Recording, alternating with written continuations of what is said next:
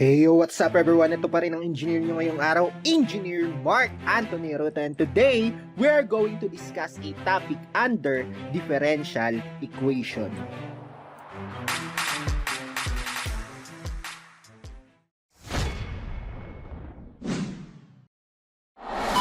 Our lesson for today is all about exact differential equations under solutions to first order differential equation. Sa video tutorial na to ay matututunan ninyo ang pagkuha ng general solution or particular solution kapag meron tayong exact differential equation. Magbibigay din tayo ng mga examples para mas maintindihan nating mabuti yung paggamit dito sa ganitong klase ng differential equation. Para sa exact differential equations, the solution is said to be exact if and only if the partial derivative of m with respect to y is equal to partial derivative of n with respect to x. So, meron tayong standard form na pagbabasihan natin ng pag-check ng exactness natin. Yun yung function of mxy dx plus function of n xy dy is equal to 0. Ang general solution natin sa kanya ay yung pagkuha ng function f na nakarespect sa variable x and y is equal to c. So, katulad nung nauna nating solution sa first order differential equation, meron tayong test for exactness natin para malaman natin kung exact differential equation ba yung given natin. So, yun nga yung nabanggit kanina na pagkuha ng partial derivative of m with respect to y, equal dapat siya sa partial derivative of n with respect to x. So, yung dalawang side ng equation na yan ay manggagaling dun sa standard form natin. So, para mas maintindihan natin yung pagkuha ng general or particular solution sa exact differential equations, let's start with example number 1. So, solve for the general / particular solution of the following differential equations. So, given x plus y dx plus x minus y dy is equal to 0. So, in general, bago tayo mag-solve ng differential equation, ng first order differential equation, nag-check muna tayo kung siya ba ay separable type ng equation or variable separable type ng equation.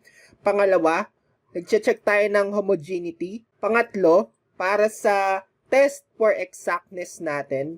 So, meron tayong partial derivative of m with respect to y is equal to partial derivative of n with respect to x.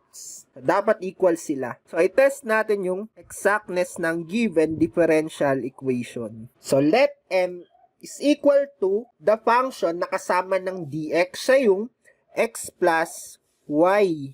So, sabi, kailangan daw natin kuhanin yung partial derivative ng m with respect to y. So, partial derivative of m with respect to y. So, ang ibig sabihin nun, ang x ay magiging constant. So, derivative ng constant x equals sa 0 at derivative ng y equals sa 1. So, next ay, let n is equal to the function na kasama ng dy. That is x minus y. Partial derivative ng n with respect to x, ang y natin ay constant. So, derivative ng x ay equal sa 1. Partial derivative of y with respect to x ay 0. So, ang sagot na lang natin dito ay 1. So, kapag in-equate natin yung partial derivative of m with respect to y at partial derivative of n with respect to x, pareha silang equal sa 1. Therefore, the equation is exact. So, kapag exact yung differential equation natin, let's proceed sa step number 1. Step number 1, let partial derivative of f with respect to x ay equal dun sa function m natin. At ang m natin ay equal sa x plus y. At let partial derivative of f with respect to y is equal to n. At ang n natin ay x minus y. So, itong m at n natin ay magsisilbing equation 1 at equation 2 natin para sa gagawin nating solution. So, step number 2, partially integrate equation 1 with respect to x. So, i-cross multiply ko muna yung partial derivative of x sa kabilang side ng equation. So, equal na yan sa partial derivative of f is equal to x plus y partial derivative of x. So, kailangan daw nating integrate, partially integrate yung both sides ng equation natin. So, equal na to sa f, integration symbol, tsaka derivative symbol. So, matatanggal sila. Matitira na lang yung f. So, equal yan sa partial integration ng x plus y with respect to x, where y is constant. So, ang integral ng x with respect to x ay 1/2 x squared. At ang integral of y with respect to x ay, so constant si y, ang matitira na lang, so y integral ng dx ay y times x. So, plus x times y na lang. Siyempre, nag-integrate tayo partially with respect to x. So, wag natin kakalimutan yung constant. Kaso, dahil nag-partial differentiate tayo, nakarespect tayo sa x, isa sa mga constant natin ay yung variable y. So, imbis na c, ang ilagay natin dito, sa mga references, inilalagay siya sa form na h y. So, siya yung constant term ni y. Dahil nga, nakarespect yung integration natin sa x. Kinonsider natin si y as constant. So, next step, step number 3, gagamitin natin si f, partial differentiate f with respect to y. So, pa-partial differentiate natin yung f with respect to y. Partial derivative of f with respect to y. Ang x natin ay constant. So, partial derivative ng 1/2 x squared with respect to y. So, parehas siyang constant term dito sa partial differentiation natin. Therefore, siya ay 0, yung first term natin. Second term natin, partial derivative of xy with respect to y. Equal siya sa x. At yung last, partial derivative of hy with respect to y. Since i-differentiate natin siya ng isang beses, so ang isang form ng first derivative ay nilalagyan natin ng apostrophe or prime, yung tinatawag nating prime, yung variable na kinuhanan natin ng first derivative. So, for instance, si y, kapag dinifferentiate natin siya ng first derivative, nagiging y prime. So, dito, pa-partial differentiate ko yung hy with respect to y. So, gawin na lang natin siyang plus h prime y. So, ang partial derivative ng 1/2 x squared plus xy plus hy with respect to y ay x plus h prime y. So, ito yung magsisilbing equation number 3 natin. Next step na natin, step number 4, i-equate lang natin yung equation 2 at equation 3. So, equate 2 and 3. Bakit natin sila i-equate? Kasi parehas silang partial derivative of f with respect to y. So, dito muna tayo sa equation number 2 natin. Equation number 2 natin ay x minus y. I-equate daw natin sila sa equation number 3. Equation number 3 natin ay x plus h prime y. So, solving for h prime y, maka-cancel yung x. Ang matitira na lang sa h prime y natin ay negative y. Kung mapapansin ninyo, yung f natin ay pwede nang maging general solution. I-equate natin siya sa c. Kaso, meron pang unknown na hy. Meron na tayo ditong h prime y.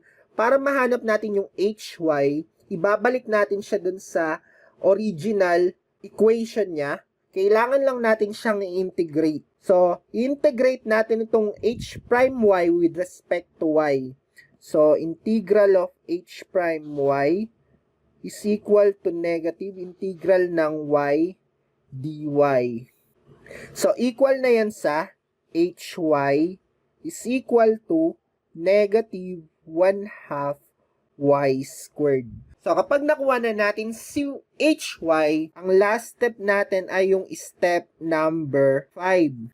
Substitute hy to f. So, kapag sinubstitute natin siya, pwede na natin tanggalin yung f natin. I-equate lang natin yung f natin sa c. So, equal na to sa 1/2 x squared plus xy plus yung nakuha nating hy na negative 1/2. Negative 1/2 y squared.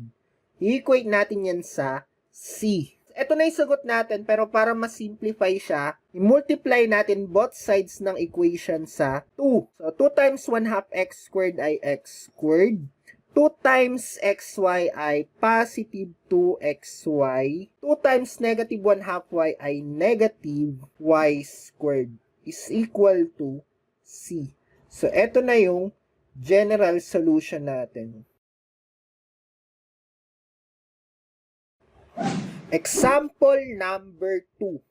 So, kukuhanin pa rin natin yung general solution ng 6x plus 2y squared dx plus 4xy minus 3y squared dy is equal to 0. So, ganun pa rin, dahil under tayo ng exact differential equation, so, i-test natin yung exactness ng differential equation natin na to. So, test for exactness. Let m is equal to the function na kasama ng dx. Ang dx natin, kasama niyang function ay 6x plus 2y squared. So, kukuhanin natin yung partial derivative of m with respect to y. So, equal yan sa partial derivative of m with respect to y. Ang x natin ay constant. Therefore, ang partial derivative ng 6x with respect to y ay 0. So, next naman, second term, partial derivative of 2y squared with respect to y ay 4y. So, next, let n is equal to the function na kasama ni dy. So, equal yan sa 4xy minus 3y squared. So, partial derivative of n with respect to x. So, where y is constant. Partial derivative of 4xy with respect to x ay positive 4y. Partial derivative of negative 3y squared with respect to x ay 0. So, equal na siya sa 4y. So, partial derivative of m with respect to y is equal to partial derivative of n with respect to x. Parehas silang equal sa 4y. Since parehas na equal yung dalawa na yun sa 4y, therefore, the equation is exact. So, pwede na tayo mag-proceed sa step number 1 natin. Step number 1 natin, let partial derivative of f with respect to x ay equal sa m. So, 6x plus 2y squared. So, 6x plus 2y squared. Let partial derivative of f with respect to y is equal to n. So, equal yun sa 4xy minus 3y squared. Ito yung magsisilbing equation 1 at equation 2 natin. Next ay yung step number 2. Partially integrate equation 1 with respect to x. I-rewrite ko lang yung equation 1 natin. Partial derivative of f, i-cross multiply ko yung partial derivative of x sa kabila.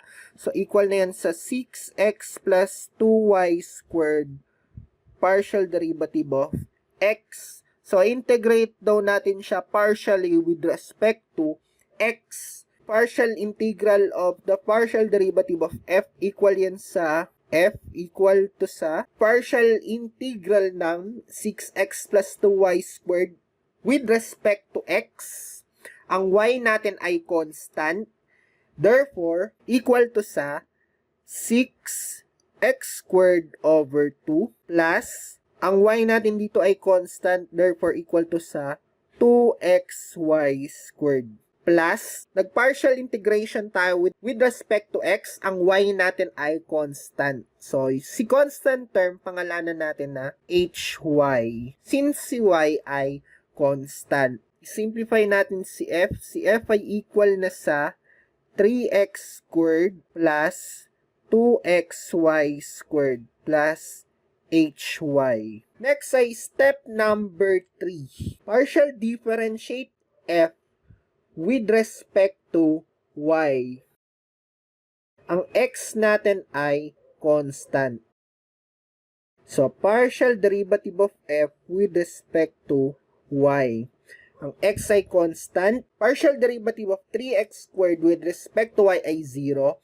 Partial derivative of 2xy squared with respect to y ay 4xy. Partial derivative of hy with respect to y ay h prime y. So, ito yung magsisilbing equation number 3 natin. Step number 4, i-equate natin yung equation number 2 at equation number 3. Since parehas silang partial derivative of f with respect to y. So, i-rewrite natin yung equation number 2 natin na 4xy minus 3y squared. Equal daw siya sa equation number 3 na 4xy plus h prime y. Kung mapapansin niyo, magka-cancel out yung 4xy. Ang matitira na lang ay h prime y ay equal sa negative 3y squared. Dun sa f natin, sa capital letter f natin, ang kulang na lang ay yung hy para mahanap natin yung general solution. So, kuhanin natin si hy by integrating h prime y with respect to y. So, integral ng h prime y with respect to y ay equal sa negative 3. Integral ng y squared dy equal to sa hy is equal to negative 3y cubed over 3. Equal to sa negative y cubed. So, last step natin, step number 5, once na meron na tayong hy, isa-substitute natin siya sa f. So, ang f natin ay 3x squared plus 2xy squared plus yung hy natin na negative y cubed. Equate natin yan sa c. So, therefore, eto na yung general solution natin. Next ay yung example number 3. So, find the general solution for the differential equation x plus y squared dx plus 3y squared plus 2xy dy is equal to 0. So, i-test natin yung exactness niya. So, test for exactness. So, kapag nag-a-analyze kayo ng differential equation, ang first niya palagi ay kung variable separable ba siya. Pangalawa, itetest natin yung homogeneity ng equation. Pangatlo ay yung exactness. So, let m is equal to the function na kasama ng dx. So, equal yun sa x plus y squared. Therefore, ang partial derivative of m with respect to y is equal to, ang x natin dito ay constant. So, equal na to sa 2y. And let n is equal to function na kasama ni dy. So, equal yun sa 3y squared plus 2xy. So, partial derivative of n with respect to x ay equal sa, ang y natin ay constant, partial derivative ng first term with respect to x ay 0. Partial derivative of 2xy with respect to x ay 2y. So, partial derivative of m with respect to y is equal to partial derivative of n with respect to x. Parehas silang equal sa 2y. Therefore, the equation is exact. So, dahil exact ang differential equation natin, proceed na tayo sa step number 1. So, step number 1, let partial derivative of f with respect to x ay equal sa m. So, equal siya sa x plus y squared. at yung partial derivative ng f with respect to y ay equal sa n. Equal yun sa 3y squared plus 2xy. So, ito yung magsisilbing equation 1 at equation 2 natin. So, next step ay yung step number 2. Partially integrate equation 1 with respect to x. So, i-cross multiply ko muna yung partial derivative of x sa kabilang side. Ang matitira ay partial derivative of f is equal to x plus y squared with respect to x. So, i-partial integrate daw natin sila with respect to x. So, partial derivative of x plus y squared dx, where y is constant. So, ang f na natin ay equal sa 1/2 x squared plus xy squared plus c. Kaso nga, dahil nag-partial integrate tayo with respect to x, ang y natin ay constant. Si constant term ay pangalanan na lang natin na hy. So, eto na yung equation f natin. Next natin na yung step number 3. So, sa step number 3, partial derivative of f with respect to y. Partial derivative of f with respect to y equal yan sa ang x natin ay constant. So, nakarespect tayo sa y, ang partial derivative ng 1/2 x squared ay 0. Ang partial derivative ng xy squared with respect to y ay 2xy. At ang partial derivative ng hy with respect to y ay h prime y. Ito na yung magsisilbing equation number 3 natin. Next step ay yung step number 4. I-equate lang natin yung equation 2 and 3. So, equation 2 ay 3y squared plus 2xy. Equate natin sa equation 3 na 2xy plus h prime y. So, magka-cancel out yung 2xy sa magkabilang side ng equation. Ang matitira na lang ay yung h prime y is equal to 3y squared. Ang kailangan natin sa equation f natin ay yung hy. Therefore, para makuha natin yung hy, integrate natin itong h prime y with respect to y. Integral ng h prime y equal yan sa 3 integral ng y squared dy. So, ang hy na natin ay equal sa 3y cubed over 3 equal yan sa y cubed. Kapag meron na tayong value ng hy, pwede na tayo mag-proceed sa step number 5. Substitute hy to f. So, equal na to sa 1/2 x squared plus xy squared. Papalitan na natin yung hy ng y cube. So, plus y cube. Equate natin sa c. Ito na yung sagot natin, kaso i-simplify na lang natin siya. I-multiply natin both sides ng equation sa 2. So, 2 times 1/2 x squared ay equal sa x squared plus 2xy squared plus 2y cube is equal to, so 2 times c, napaliwanag ko na yan sa mga previous video tutorial natin, ang 2c ay equal lang din sa c. So, equate na lang din natin to sa c. Therefore, ito na yung general solution natin.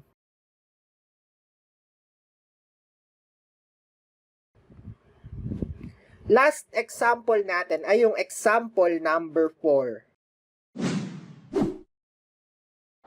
So, kukuhanin pa rin natin yung general solution para sa y squared minus 2xy plus 6x dx minus x squared minus x squared minus 2xy plus 2 dy is equal to 0. I-test natin yung exactness niya.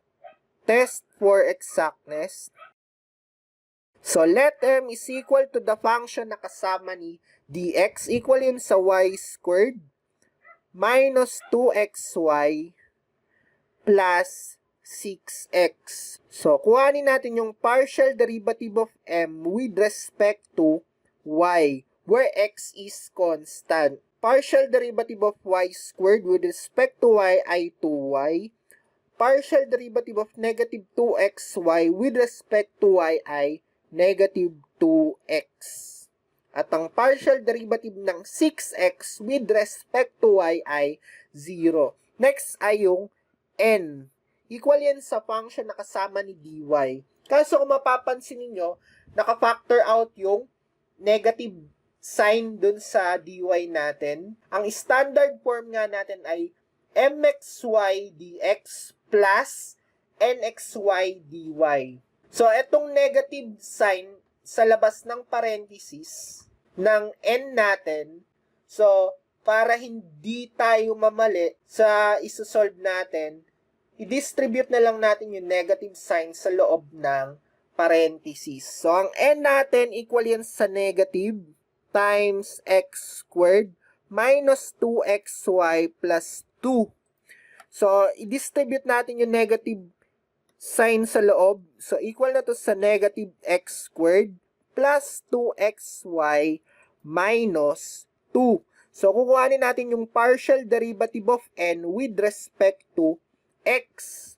So, nakarespect tayo sa x, ang y natin ay constant. So, partial derivative of negative x squared with respect to x ay negative 2x. At ang partial derivative ng 2xy with respect to x ay positive 2y. Partial derivative ng negative 2 with respect to x ay 0. Kung mapapansin niyo, nagkabaligtad lang yung dalawang terms natin, pero ang partial derivative of m with respect to y ay equal pa rin sa partial derivative of n with respect to x. Parehas silang equal sa 2y minus 2x. Therefore, the equation is exact. Since exact ang differential equation natin, mag-proceed na tayo sa step number 1. So let partial derivative of f with respect to x ay equal sa m. So equal yan sa y squared minus 2xy plus 6x. At let partial derivative of f with respect to y is equal to n. Equal yan sa negative x squared plus 2xy minus 2. Ito yung magsisilbing equation 1 at equation 2 natin. So, next step na natin ay step number 2. So, step number 2, partially integrate equation 1 with respect to x, where y is constant. I-rewrite ko lang yung equation 1 natin. So, partial derivative of f equal yan sa y squared minus 2xy plus 6x. With respect to x. So, ipa-partial differentiate natin siya. So, partial derivative na tong left side equal yan sa f.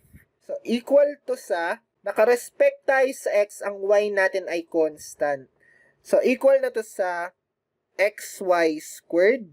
Partial integration ng negative 2xy with respect to x ay equal sa negative 2x squared y over 2. At partial integration ng 6x with respect to x ay positive 6x squared over 2 plus c.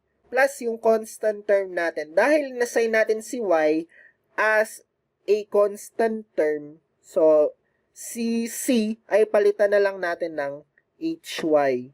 So, isimplify na lang natin ito. Ang f na natin ay equal sa xy squared minus x squared y plus 3x squared plus hy. Next step na natin ay yung step number 3. Step number 3, ipa-partial differentiate natin yung f with respect to y, where x is constant. So, partial derivative ng f with respect to y. Equal yan sa, ang x natin ay constant, equal na to sa 2xy minus x squared. Partial derivative ng 3x squared with respect to y ay 0. Ang matitira na lang ay partial derivative ng hy with respect to y ay h prime y. So, ito yung magsisilbing equation number 3 natin. Next step natin ay yung step number 4. I-equate natin yung equation 2, and equation 3.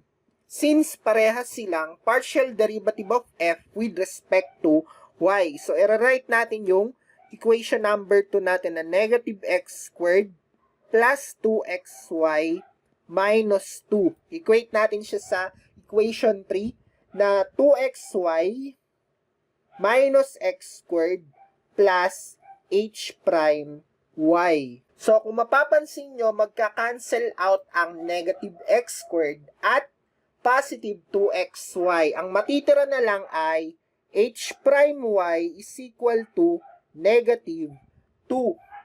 So, dahil sa equation f natin, ang kailangan na lang natin ay hy. So, para makuha natin si hy, i-integrate natin yung h prime y with respect to y. Integral ng h prime y, equal yan sa negative 2. Integral ng dy, equal na to sa hy, is equal to negative 2y. So, dahil meron na tayong value ng hy, ang last step na natin ay i-substitute siya sa equation f natin. So, substitute hy to equation f. So, i-write natin yung equation f natin na xy squared minus x squared y plus 3x squared. Ang hy natin ay equal sa negative 2y. Equal din sa c. So, eto na yung general solution natin para sa example number 4. If you found this content helpful, please click the subscribe button and hit the notification bell para updated kayo sa mga latest videos na ina-upload natin. And that's all for today's lesson. See you on my next video. Bye!